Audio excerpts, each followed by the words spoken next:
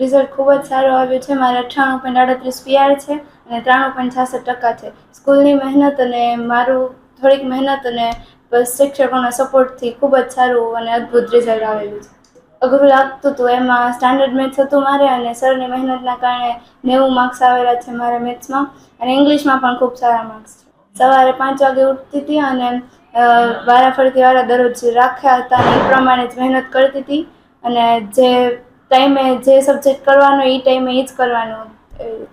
આજે SSC બોર્ડનું 2026નું result આવેલું છે. એમાં મારે 99.98 PR સાથે બોર્ડમાં સેકન્ડ રેન્ક આવેલો છે, અને સાયન્સ અને મેથ્સમાં પૂરા 100માંથી 100 માર્ક્સ આવેલા છે.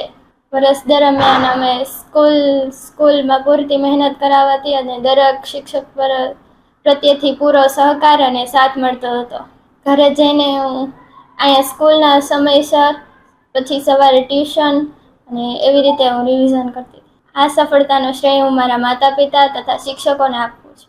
ધોરણ 10માં રણછોડનગર સ્થાનમાં અત્યારે A1 ગ્રેડની અંદર 17 વિદ્યાર્થીનીઓ છે અને A2ની અંદર 12 વિદ્યાર્થીઓ છે. એ જ રીતે અમારી મારુતિનગર સ્થાનમાં A1ની અંદર 7 અને A2ની અંદર 12 લોકો.